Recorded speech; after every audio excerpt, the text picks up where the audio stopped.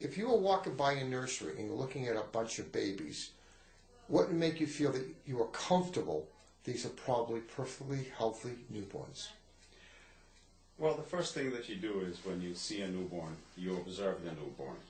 And you watch the baby for various factors. You look at the baby's color, you look at the baby's level of activity, the baby's state of alertness, if the baby is breathing properly, and the position the baby is lying in. And after that you observe the baby, obviously then you may want to examine the baby and get more detailed information about the baby's condition. Well, many of them are sometimes a little cold, a little bit of blue, but that doesn't mean there's a problem, is it? When we're talking about a blue baby, or what we call in medical lingo cyanotic baby, that's an ominous condition. Most babies after delivery may be a little cold due to their adjustment to the environment.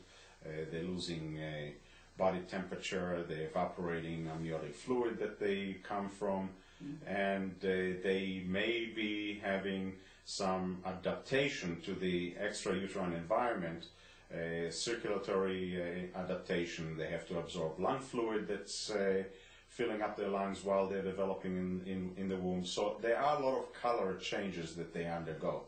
They undergo in the first couple of hours, they go through what we call a transitional period in which they actually adapt to the extrauterine environment from the intrauterine environment, which requires a lot of changes in their circulation, in their respiratory status, level of activity, and so on.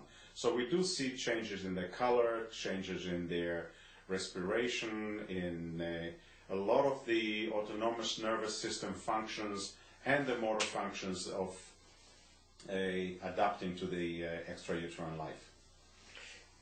When you look at the baby also, you're watching the arms move symmetrical. There's no jumpiness or jitteriness to the baby. Sometimes you see a little bit of extra movement in the muscles sometimes.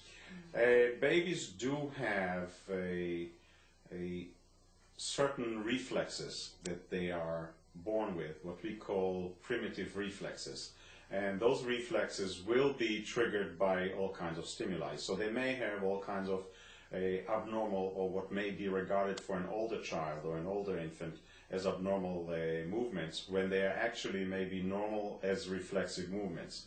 They do have, for instance, a startle reflex, what we call a Moro reflex. If you shake the baby suddenly, or a sudden loud noise, the baby will start flailing his arms and hands and feet, and present with a scared-like kind of emotion. That's called a startle reflex. If a baby's head gets turned, they have what we call a tonic neck reflex, such as similar to a fencing position. And when you change the neck position, they will change direction of the arms and the legs going in the opposite directions. So there are a lot of reflexes and movements that babies have that are actually normal for a newborn, which may be construed as abnormal if somebody is not aware of what they really mean. So there's no real reason to get scared unless the baby has a sudden jerky movements of the total body, such as what we call global jerky movements, which may be an indication of a seizure disorder of some sort, and so on.